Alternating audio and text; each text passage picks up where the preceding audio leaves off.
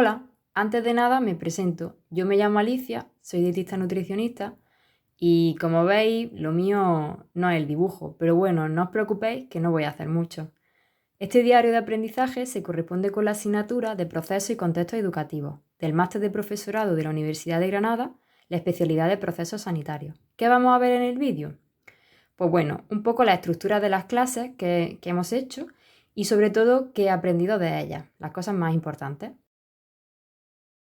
Hola, hola. Hoy vamos a hablar sobre estrategias metodológicas y en concreto sobre la mayéutica y el método socrático. Antes de nada, recordando lo que vimos en el vídeo anterior sobre los procesos cognitivos, el profesor nos mandó una tarea por grupos. Esta tarea incluía diferentes actividades. En primer lugar, teníamos que leernos de forma colaborativa unos documentos que versaban sobre metodologías activas. En concreto, había 2 documentos subidos en la plataforma virtual de la universidad, que eran Hacer posible lo contrario de la Junta de Andalucía y Estrategias y métodos de enseñanza-aprendizaje de Emilio Crisol. Cada grupo tenía que leer un apartado de estos documentos referido a una metodología activa determinada y tenía que ejemplificar esa metodología para luego exponerla en clase y ponerlo en común de manera que al final todos supiéramos cómo funciona cada una de las metodologías con un ejemplo además de cada una de ellas aplicado a nuestra área de conocimiento. A mi grupo pues le tocó la mayéutica o el método socrático. ¿Y qué es esto de la mayéutica? Bueno, pues la mayéutica es una metodología didáctica que destaca porque va a promover en gran medida el pensamiento crítico del alumnado.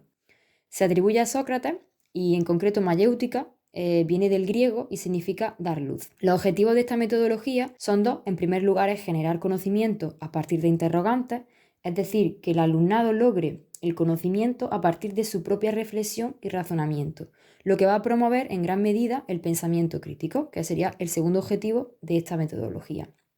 De manera que el docente siempre queda como guía en este proceso de aprendizaje. ¿Y cómo se pone en práctica la mayéutica? Bueno, pues en primer lugar nos tenemos que centrar en formular preguntas en vez de respuestas.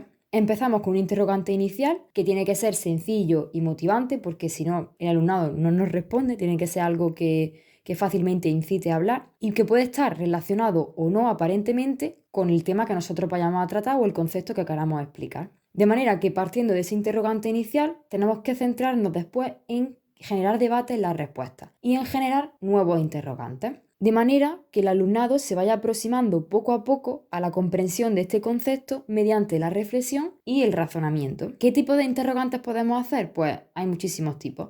En primer lugar, pues por ejemplo tenemos interrogantes del tipo puntos de vista. La idea de este tipo de interrogantes es que, por así decirlo, ataquemos la posición que tiene el alumnado para mostrar que existen muchos puntos de vista para una misma cosa y todos son igualmente válidos. Pues por ejemplo le podemos decir, ¿de qué otra manera podrías enfocar esto? ¿Parece razonable esta otra forma de enfocarlo? Luego tenemos las preguntas aclaratorias, que son preguntas para profundizar. Por ejemplo, le podemos decir, ¿puedes darme un ejemplo de esto? ¿Cómo se relaciona esto con lo que hemos estado hablando anteriormente? Otro ejemplo de tipo de interrogantes que podemos plantear son interrogantes sobre las preguntas, ¿vale? Que sería usar sus propias preguntas contra ellos, por así decirlo, o hacerlos reflexionar sobre las que ya le hemos hecho nosotros anteriormente. Por ejemplo, le podemos preguntar, ¿cuál es el motivo de que formules esa pregunta? ¿O por qué crees que yo formulé esta pregunta como docente? La mayéutica la podemos aplicar a todos los niveles educativos, sencillamente tenemos que ir regulando la complejidad de las preguntas. ¿Qué aprendí después de esta clase? Me pareció muy interesante la tarea de leer de forma colaborativa el documento, la hizo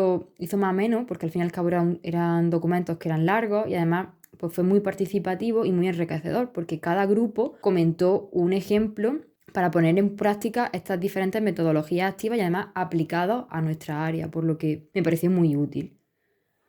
Y bueno, hasta aquí el vídeo de hoy, espero que os sirva y nos vemos en el siguiente vídeo. Gracias.